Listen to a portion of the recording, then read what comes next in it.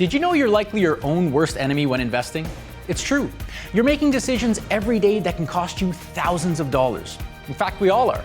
We often just don't know it. We're all victims of money trauma that can lead us astray. But don't worry, this money coach is here to help us master our minds and take charge of our finances. You're watching Inside Investing.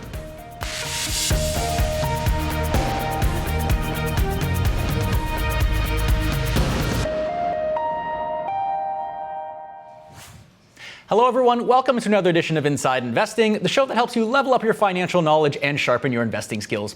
Presented to you by TD Direct Investing, named Canada's best online brokerage by the Globe and Mail for 3 straight years and counting. I'm your host, Rob Moise. We've got a fascinating conversation lined up today about investing psychology. It's one that's sure to have you thinking differently about your relationship with money. It was certainly an eye-opener for myself. My financial life and habits have been shaped in ways I didn't appreciate before, and I'd venture to say that yours have been too. But enough with the mind games, let's get started. Joining us is Ellyse Fulmore, a queer and neurodivergent personal finance content creator. She's the founder of Queered Co., a financial literacy firm that helps clients understand how their unique identity, values, and lived experiences shape their relationship with money. She's also the author of Keeping Finance Personal and hosts her own podcast on the subject. Ellyse, it's great to have you with us. Thanks for taking the time to chat. Yeah, thank you so much for having me. I'm excited to chat. Absolutely. Ellyse, if I was going to sum up your content in one word, it would be authentic. And I think that's why it resonates with so many people. It certainly resonates with myself as well. And it stems from your own personal struggles with money that inspired you to dive into the psychology of money and how it was affecting you. Can you take us through your story? Yeah, so my story, I guess, begins when I'm in university and I was about partway through my degree. And I had this realization that what I was doing for schooling and what I thought my career path was going to be was not what I wanted to do.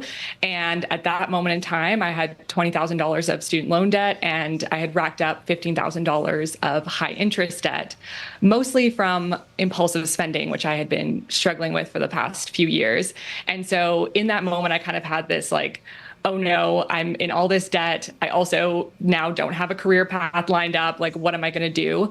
And that started my own personal finance journey of just trying to figure out how to manage my money. And I had so much shame around that debt. I felt like I couldn't go to anyone or tell anyone. So that's, I guess, what kickstarted it. But then it just kind of snowballed from there. So upon graduation, I got a job at a financial aid office at a rec center. And I feel like that's where my worlds really collided. So I was speaking to a lot of people from marginalized communities and basically helping them get access to free or affordable rec passes. But through that experience, I was hearing all about these folks' struggles and challenges with money. And I just found myself relating a lot to what they were describing and that they were doing all of the quote unquote right things. And they were really trying hard and, you know, trying to make their finances better, but they were still struggling so much. And so that kind of pushed me to dig deeper into, okay, it's not just about the numbers on the spreadsheet. There's obviously more going on here that is affecting our relation to money. And that's when I kind of started sharing online more about what I had learned and these different thoughts I was having. And that really blew up quickly. And that was in 2020. And in that same year, I also got diagnosed with ADHD and came out as queer.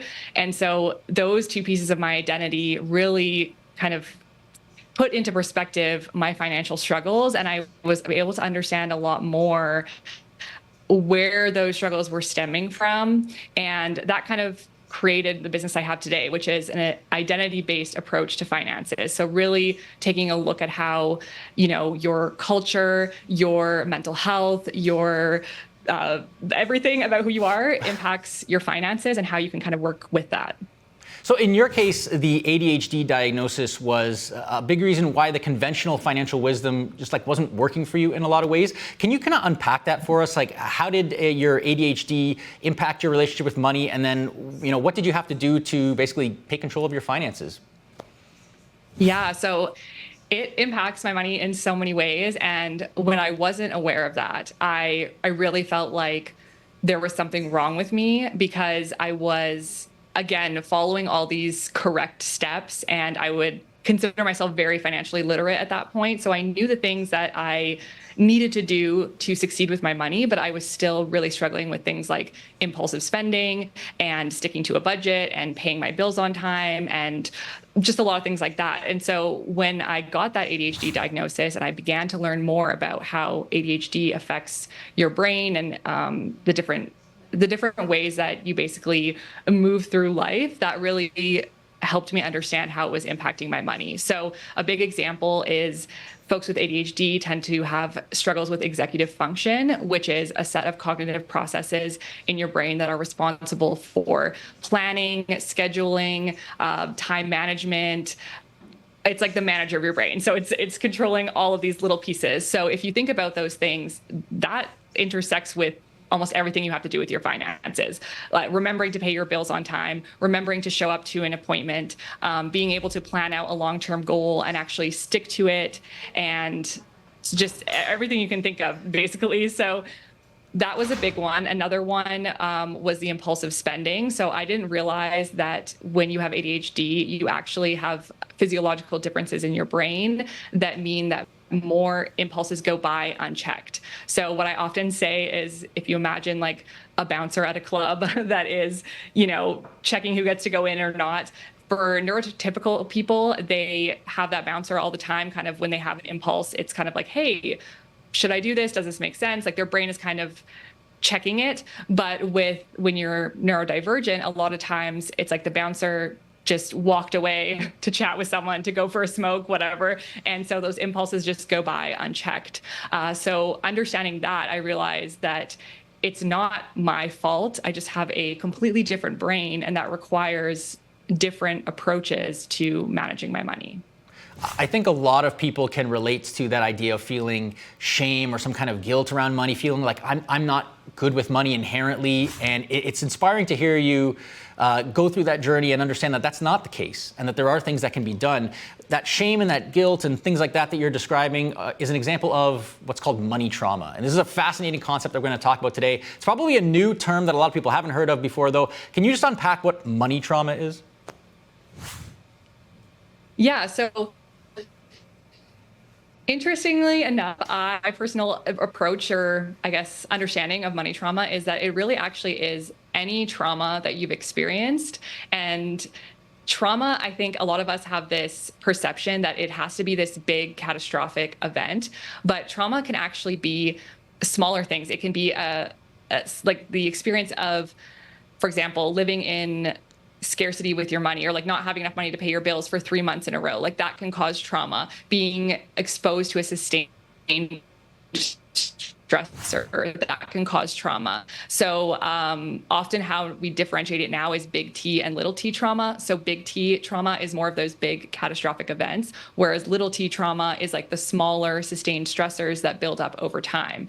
But the thing with trauma is that it causes some sort of unhealed wound and lasting impact, whether that's emotionally, psychologically, mentally, and that has an impact on everything you do in your life. So that definitely impacts your money, because a lot of times with trauma, it's directly impacting your nervous system and your feelings of safety and security. And so when that is threatened in any way, that is something that comes up a lot when we're dealing with money. But if we want to talk specifically about financial trauma, then those are either big T or little t events that you've experienced that were linked to money. So that could be financial abuse, that could be a loss of your job, that could be living through the pandemic, the 2008 stock market crash, like so many different examples of that. But yeah, it's really just any experience that you go through that then causes this lasting impact that shows up in every area of your life.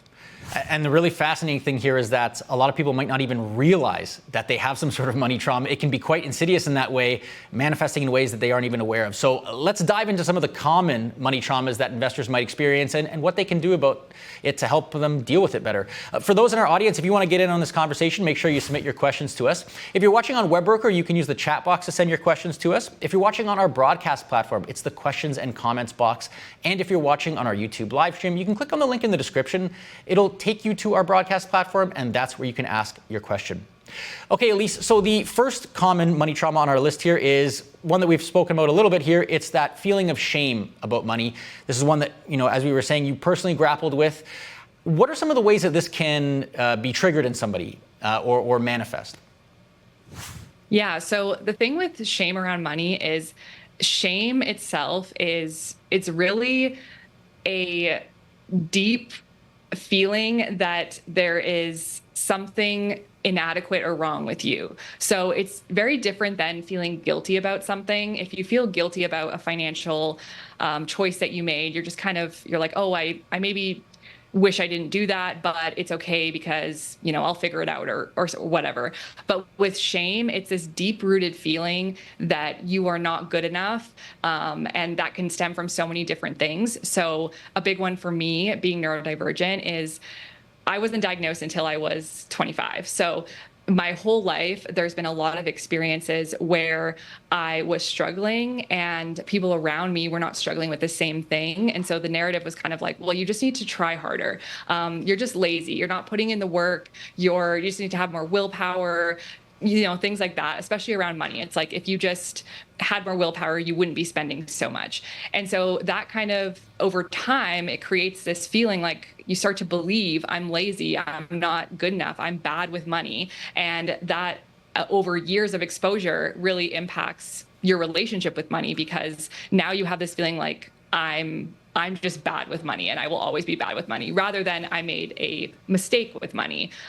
So how it can show up in your finances is different depending on the person, but it might be avoidance and just not wanting to deal with it at all because every time you do anything with your money, it's bringing up these feelings of shame.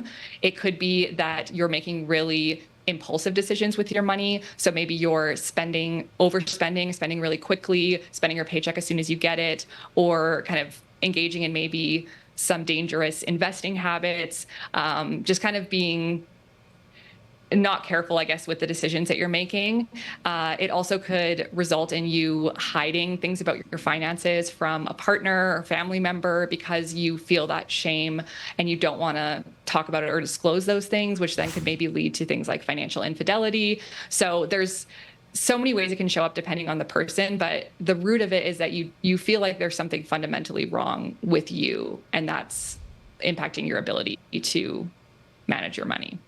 So, I think this is a trauma that people could probably feel readily and know, like, okay, like I'm identifying this, I'm feeling with this. What could they do about it, though? What are some ways that they could, I guess, rewire their brain, reshape their habits to help deal with that trauma? Yeah, I think the first thing that's important is just understanding, at least on a surface level, like where that shame is coming from. Because I think a lot of times when we haven't taken the time to really examine our relationship with money, we're not realizing that this shame has actually come from something, right? It's stemming from experiences that we've had. And so sometimes it's so easy for us to just think that's who we are. So I think that if you're able to kind of pick that apart a bit and think, okay, where might this shame have come from? Like, what experiences have I had?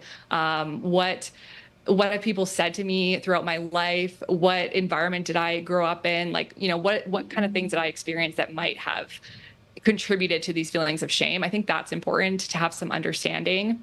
And something that I actually, we talked about in the trauma of money certification program that I went through is asking yourself, whose shame is this? And basically the purpose of that question is to kind of start to understand that this is not just your shame to carry. And in fact, a lot of shame comes from like larger societal and systemic issues. So like with the example of neurodivergence, that's like a larger societal perspective because people didn't understand neurodivergence very well. Even now, like it's still, there's a lot, but there's still a lot to be done. So if you think about like our parents, a lot about mental at that time.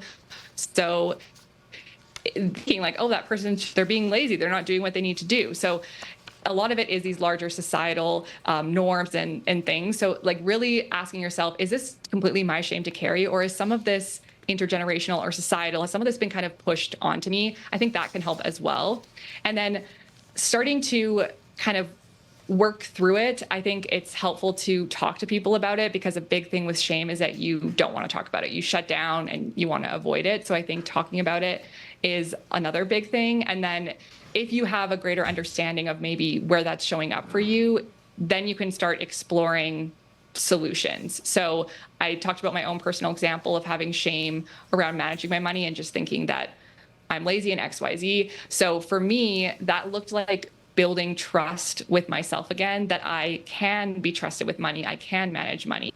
And so just taking small steps to prove to myself, like, look, I paid off my bill on time this month. I, put money into savings this month. Like, really kind of taking note of every single thing you do with your money that is a step in the right direction, and taking time to acknowledge that and build that trust up with myself again. And on a bigger level, just kind of getting creative with the way that I was managing money and understanding that these traditional systems just don't work for me. And that's not a character flaw. That's not a moral failing. It's just the way my brain works. And so I can kind of let go of some of that shame and start to explore what are the systems and tools that actually work for my brain. I know one of the things we were talking about off camera was that you like to have visual representations of the progress that you're making towards some kind of goal to kind of fight that shame. As a kid who got a lot of stormy cloud stickers instead of star stickers when I was a young kid, not helping out in school and stuff like that, that one really resonated with me. I think that could be really powerful for a lot of people. Just seeing, hey, it's not that I'm bad. Look, I'm making steps in the way that I want to towards that goal. So I think that's a fantastic tip as well. Let's get to the second common money trauma. And that is this feeling of scarcity. You also mentioned that a little bit earlier. This feeling that like you're never going to have enough money. How might feelings of scarcity around money, how might that get triggered, and what might that manifest in your money behavior? Yeah, so interesting, because a lot of these traumas I feel like show up in some of the same ways, but the difference is kind of where they come from. So again, with feelings of scarcity, we often see, I think the most common are either avoidance altogether, just not wanting to have anything to do with your money, or it's that overspending. So when you have the feeling like I don't have enough money, a lot of people tend to respond with either I'm going to hoard this money and not spend it on anything, even essentials and things that I need. Or the other side of the coin is like, I never know when I'm going to get this money again, so I'm just going to spend it all now. So it really just depends on the person, and there's no one way that it shows up. And scarcity is a very interesting one, because you don't actually have to be literally experiencing scarcity to have a scarcity mindset. So it is common that we see a lot of folks who grew up in poverty or low income. They were living in literal scarcity. And so now as adults, even if they are making enough money to cover their bills and things like that, they might still have those feelings of scarcity, which is completely understandable. And that's an example of like a trauma that they lived through and now they have that lasting wound from. But you also can have a scarcity mindset, even if you've lived a comfortable life your whole life and never actually experienced like not having enough money for stuff. And I think that's what's difficult about scarcity, because I think then that also can bring up feelings of shame, like, why am I feeling this way when I have it better off than some people? So it can show up a lot of different ways. And also, scarcity doesn't have to just be around money. You also can have scarcity around time and other resources, which do actually impact your money. Like I would say that I personally have a bit of time scarcity. And so for me, that's like thinking like there's never enough time to do all the things that I want to do. And for me, I think that shows up as like overworking, workaholism, and just, feeling like I need to not relax and kind of cram all these things that I want to achieve in my career into a day. And that can be similar with as well. You might also have workaholism because you're feeling like I need to make more and more money and it's never enough. I can totally resonate with that workaholism aspect and feeling like I got to get my hands on as much money as possible. And I think a lot of diligent investors might feel that way as well too. We hear that from retirees being afraid, like, I need $10 million plus to retire. I'm never going to have enough, and I don't want to spend any of my money. And that's quite insidious, because then you sacrifice the present, not dealing with those emotions. So what could someone do to deal with this money trauma, this feeling of a scarcity around money? Yeah, so with scarcity, what's happening is your brain is actually narrowing in on this resource that you are interpreting as it's being scarce. And so you actually experience something called a cognitive tax. So it's can be compared to like having 50 tabs on your internet browser open. That's kind of what is happening in your brain. And so you have less room to make mistakes because your brain is like already it's working on overdrive. And so every little decision that you make kind of holds more weight, and you don't have as much capacity to necessarily like think about, okay, here are all my options, which one do I want to do. You kind of are feeling like you have no choices. Like you kind of have blinders on, you're in like tunnel vision, and you're only focusing on that scarce resource. And so with that, one of the most important things is creating slack. And that means basically giving your brain breathing room to be able to make those decisions around your money. So a big one that I often recommend is working on saving up an emergency fund. And this is something that you can work on slowly, start with a small amount per month and slowly increase that. But having that safety net to fall back on is one way to create slack in your brain, because you know that if you do make a choice that maybe wasn't the best decision in the moment, you do have a safety net. Whereas before you have that emergency fund, your brain, every decision holds so much weight and it's so important.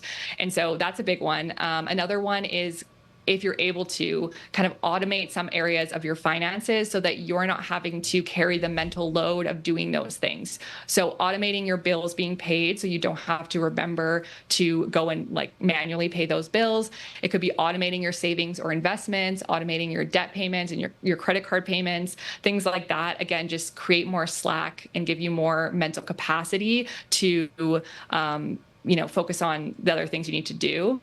And then with money scarcity, I think it's also important to kind of poke holes in the I don't have enough kind of narrative. So first off, it's like defining for yourself, what is actually enough? What does enough mean? What does that look like and feel like? Because enough for one person, enough money for one person can be totally different from the next person. So I think understanding for you, what does a comfortable life look like and how much money is that actually? And doing the math of like, if this is how much I make per year to live comfortably, what does that look like in retirement? How much money do I need to save up? Because I think a lot of times we are really being anxious about thinking we don't have enough, but we haven't actually defined what enough is. So of course, if you have no goalpost, then it's never going to feel like you don't know what you're working towards. So it's just always going to feel like, God, I need more, I need more. So I think that's also a step, is like defining what enough is for you and then trying to create as much slack as you can in your financial management system. Yeah, you can't improve what you don't measure is a famous quote that I always like to reference. And I think that's a great example of that. We need to quantify what we need to do in order to get over the emotion of it. And the emergency fund is a big one. Like, I think a lot of, again, diligent investors might say, I don't like the idea of having a big pile of money sitting there, not really working for me in any way. I'd rather invest that money. But having something to fall back on when you need to, the peace of mind can be incredible. And it can affect you in ways emotionally that you might not necessarily appreciate right off the bat. Let's get to the third and final common money trauma that we're going to touch on. And this is the irrational fear of losing money. I think this is one that a lot of people can certainly relate to. How can this manifest, and what could somebody, do to deal with it, Ellyse? Yeah, so first off, I do want to acknowledge that sometimes I guess it's not necessarily irrational. Those things that what we call irrational fear usually stems from something, but maybe it's irrational in the sense that like it's highly unrealistic that it's going to happen to you.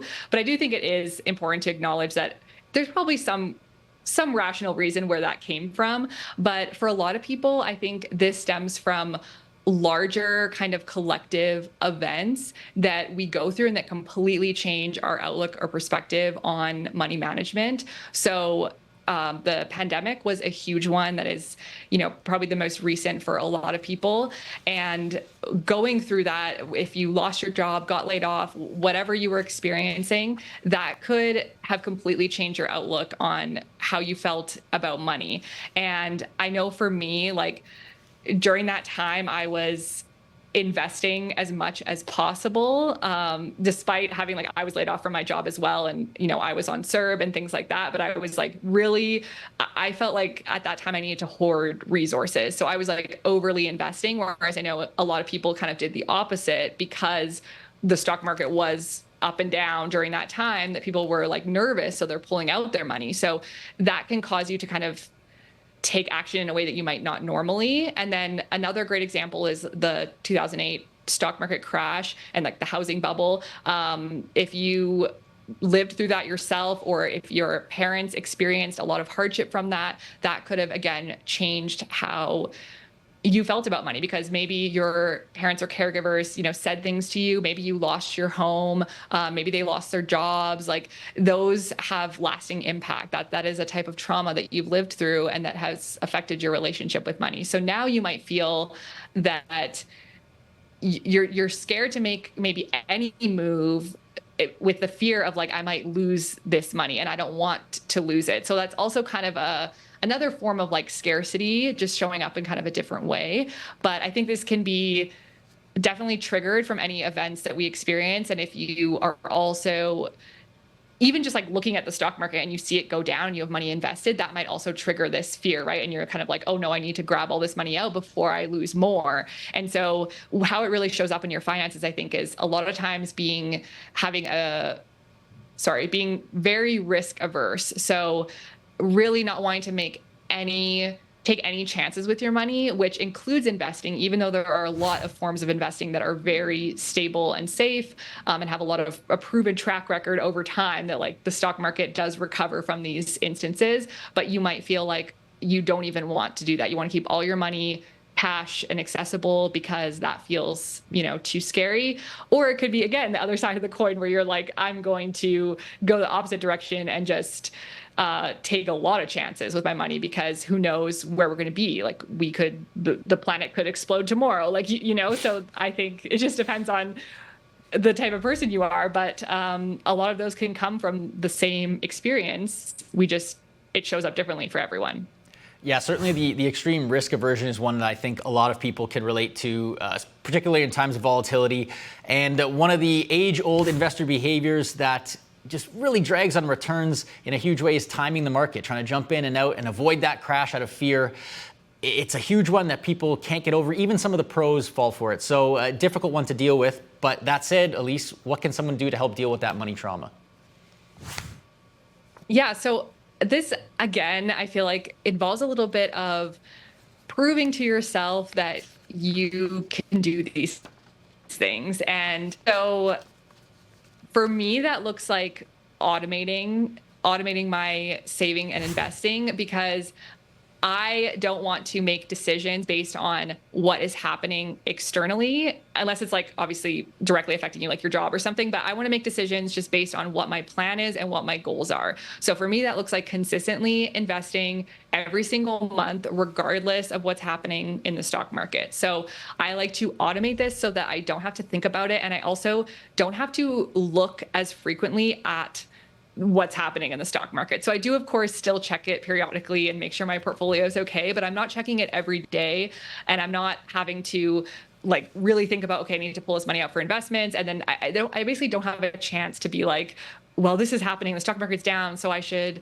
invest more, I should invest less, or whatever. I'm going to stick to my plan. And so for me, that looks like setting up an automation. Same with saving money, setting that up so that's happening no matter what.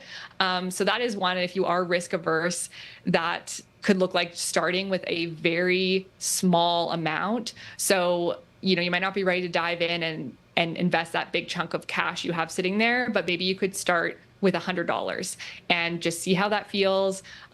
Slowly, again, maybe set up an automation for $50 a month or whatever feels comfortable for you, and just kind of prove to yourself that you can survive these things, and that your money's going to be okay, and that it is going to recover over time.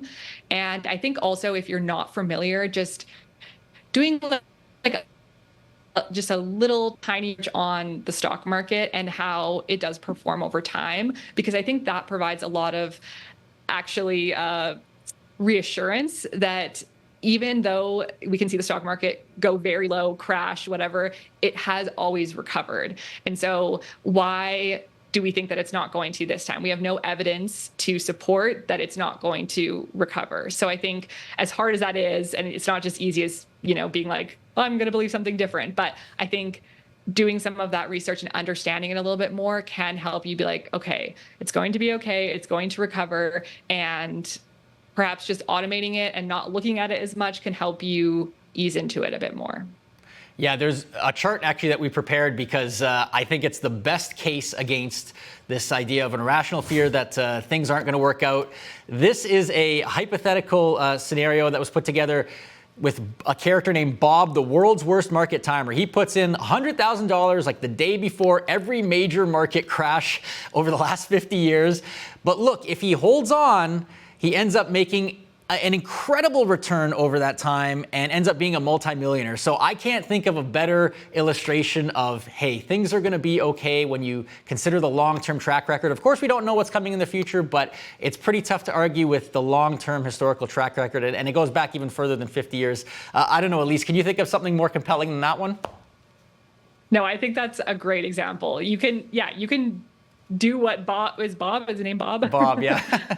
Yeah, well, you can do what Bob did and you're still okay. So yeah, and you're probably not investing a huge chunk of $100,000 at a time. So you're definitely good. Great stuff. Well, thank you so much for sharing these money traumas with us and what we can do about them. It's really fascinating stuff. It's difficult as a process. It's a continual process of trying to reshape your behaviors. But I think you've given us a great jumping off point to consider some of that stuff. And I think a lot of our viewers are going to be a lot more introspective too, hearing a lot of the things that we were talking about here. We're going to get to our Q&A in just a moment. I'm really fascinated to hear what people are going to have on the mind here. But before we do that, I want to bring in my colleague, Caitlin Cormier. She's going to show us a closer look at some of the tools in Webroker that can help people fight the feelings and the money trauma that we have here that might be holding them back. Caitlin, welcome to the program. Great to see you as always. Ellyse and I were talking a little bit earlier about doing the math to help you figure out whether you're going to be okay, to kind of help fight some of the money trauma you might have. How can somebody do the math in Webroker, get a view of their planning? Yeah, absolutely. Such a big piece, like whether it's just looking at the visual or kind of putting all the dollars and cents together to see how it's all going to work out. Our goals tool is a great tool to use to help with that visualization, to really kind of make sure you're on track. So let's hop into Webroker and take a peek at that tool. So I'm going to go ahead and click on goals here at kind of the top, towards the top of my screen. And I actually have one already kind of started here. So we can just go ahead and click to view details. But essentially what this does, if we go back here, we can actually see, we can put in, how much money we have, which accounts it is that we're using towards this particular goal. We can put in, how much money we are putting in on a regular basis, what age we want to have our money by, the target amount we want to have, as well as, what our investor profile is and, what type of investor we are, how much risk we're willing to take. Of course, in this case, we have a bit of a middle of the line sort of process. And then it'll spit out for you whether you're on track to meet that goal or not. Now, for this purposes, I just have a goal of $100,000. I have, somebody who's currently age 30. They're hoping to have this money by age 47. And you can see here that you can kind of play around with the target amount, the contribution amount. So you can see here I'm slightly under my goal. If I just, add a couple years more of savings, you'll notice here that's as easy as it is to get me kind of back in line. So it really allows you to kind of play with things and play with some of the inputs there to see whether you're going to be on track for your goals or not. And you can do this for just a random, amount for your money to grow, or you can actually go in and put the information for retirement and actually have it as a projection to see if you are going to be on track for retirement. And as you go back to your goal dashboard here, you're going to be able to see all of your goals listed here, your target, your projection, and it'll update as your portfolio fluctuates. So kind of a quick, easy way to sort of make sure that you're on track and add different goals for different things that you might be saving for. So that's fantastic stuff. A great way to help manage your emotions. Being able to plot things out in the future can be really powerful. Of course, Ellyse also mentioned the automating investments is something that she really likes to do that can help take the emotion out of things. How could somebody do that? Yeah, that one's a huge one for me. Automating investing, just like everything, I like to automate everything from a financial perspective. I can definitely identify with some of the stuff we've been talking about today, but automating is really important. So let's look at how easy it is to get those contributions automated on WebBroker. I'm going to go under accounts here and click under transfers and withdrawals. And this is as easy as it is to set up a regular contribution. You can see there's a quick note here and a quick video on actually how to go through and do that.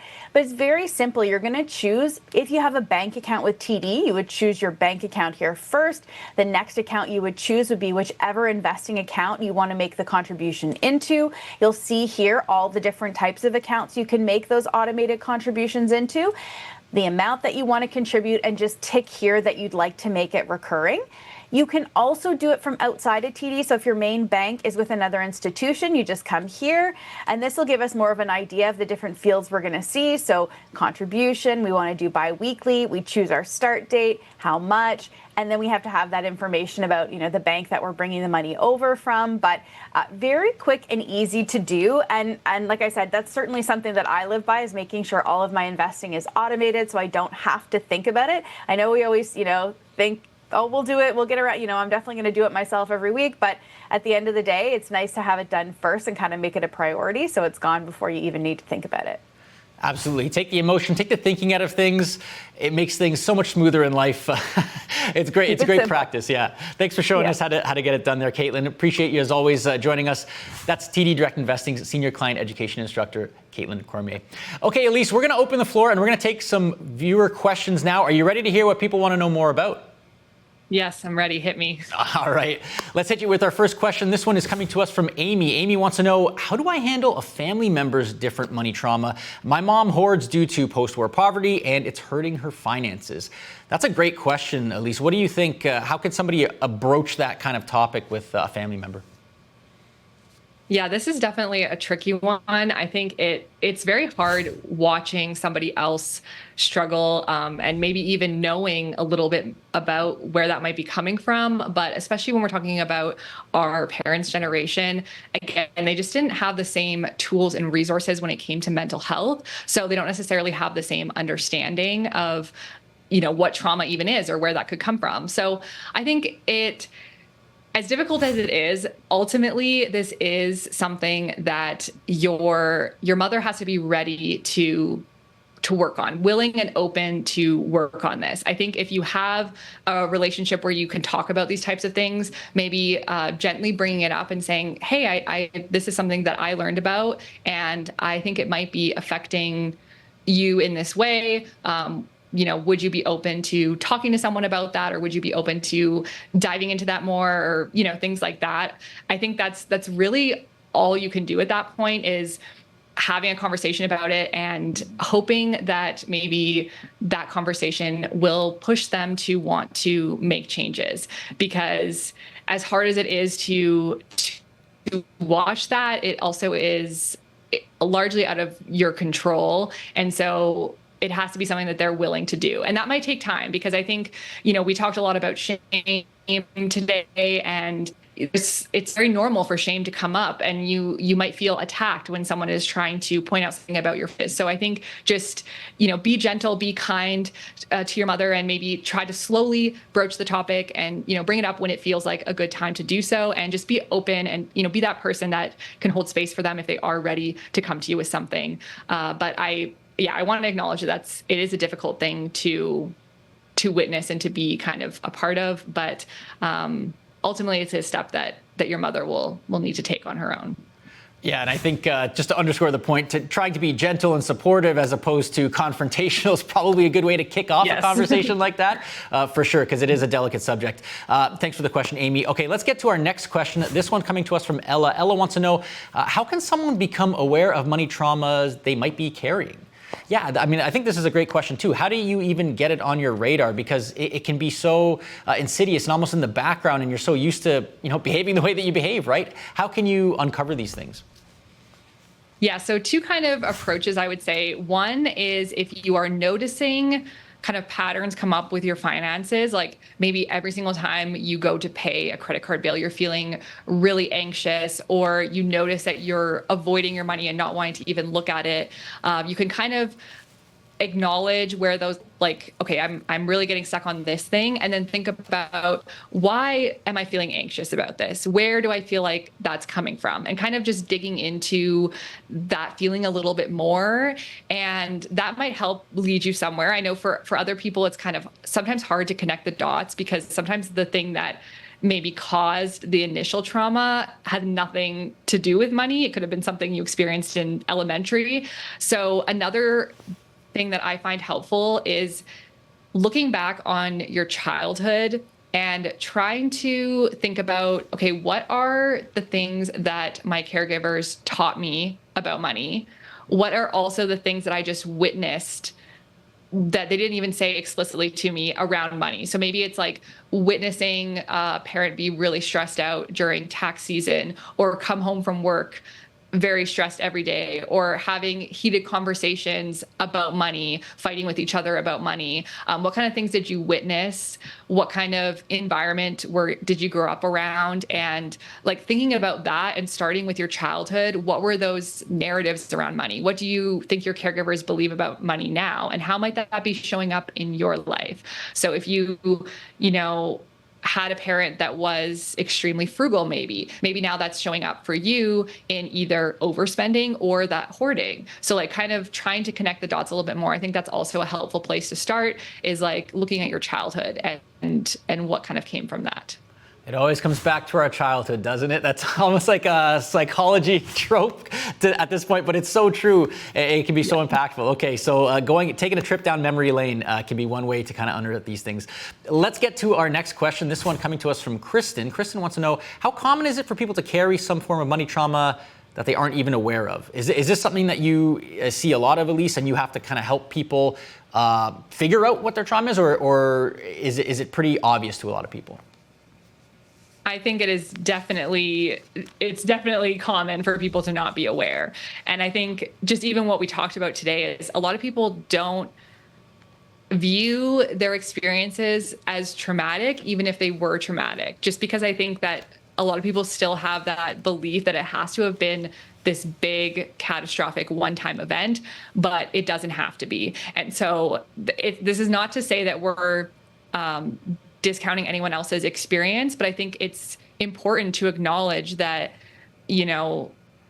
going through hardship for months at a time, that is traumatic. That is something that causes lasting impact. So I think just adjusting our definition of that, but it's very common that people don't realize that they have this trauma because money is such a taboo topic that we just don't talk about. So I think just so much of our understanding around money it's just not there for a lot of people, because that's not the societal norm, that we're talking about money and we're talking about our relationship with money and things that affect our money. Like, that's just not something that a lot of people do. So I think it's super common. And for me personally, like if I'm in a coaching position and I'm seeing some patterns come up with a client, my kind of approach is like, depending on what I see, a lot of times it is maybe something quite serious that involves probably professional help. So in that case, a lot of people, again, it's like you might not uncover those things unless you are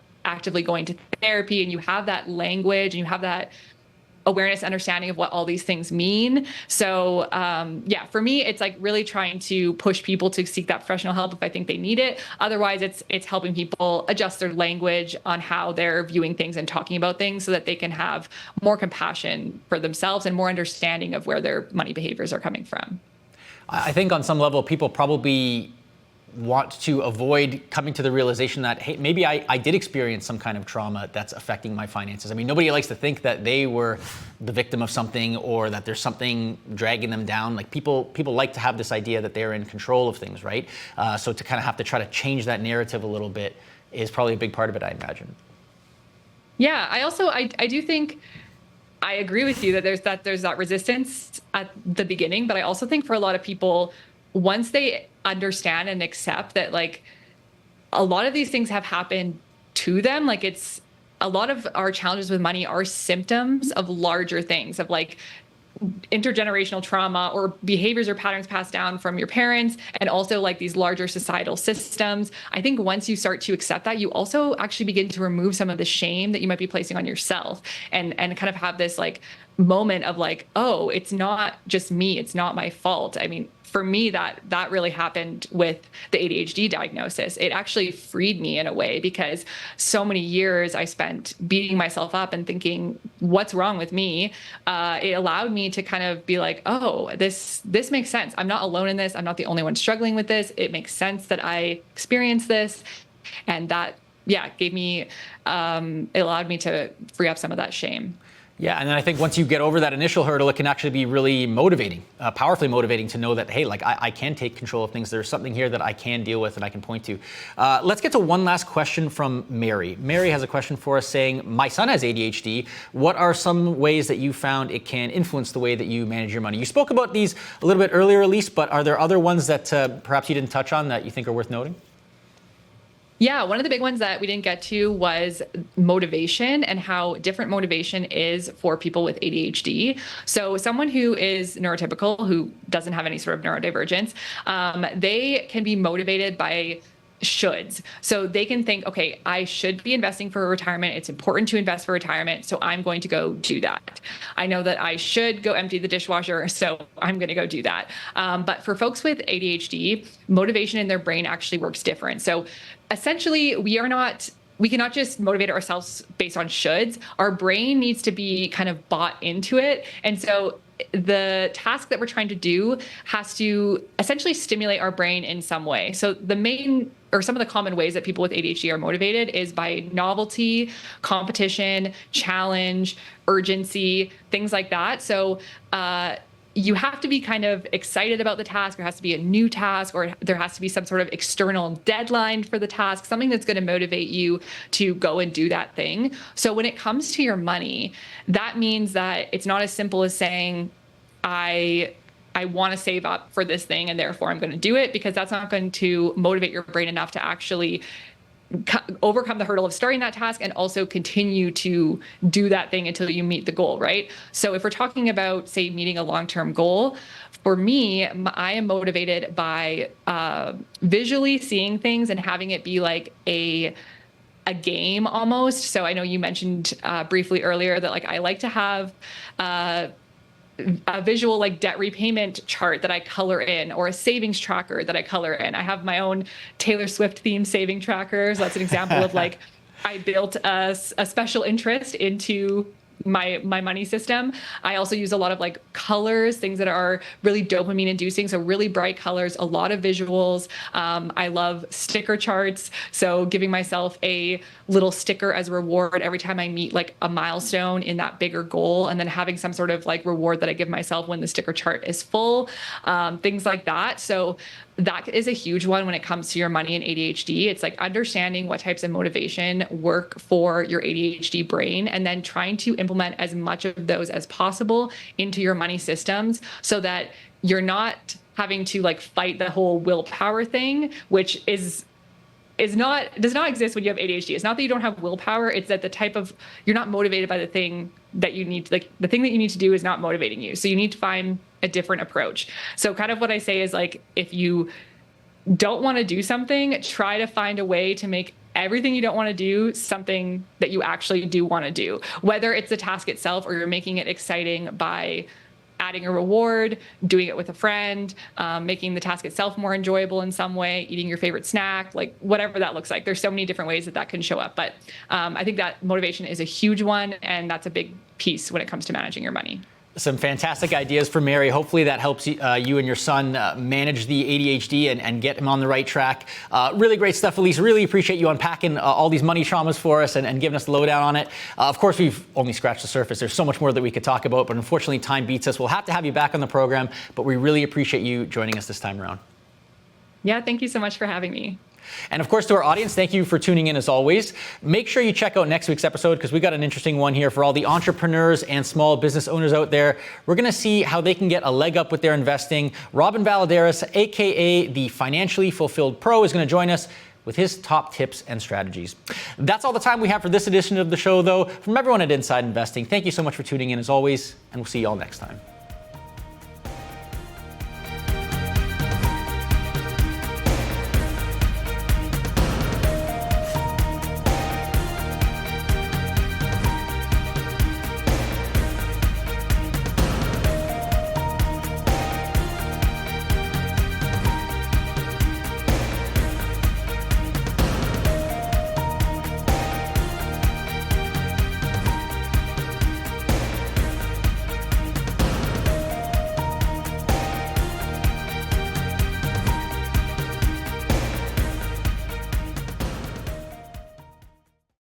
Have more questions? Check out the links to the right and in the description below.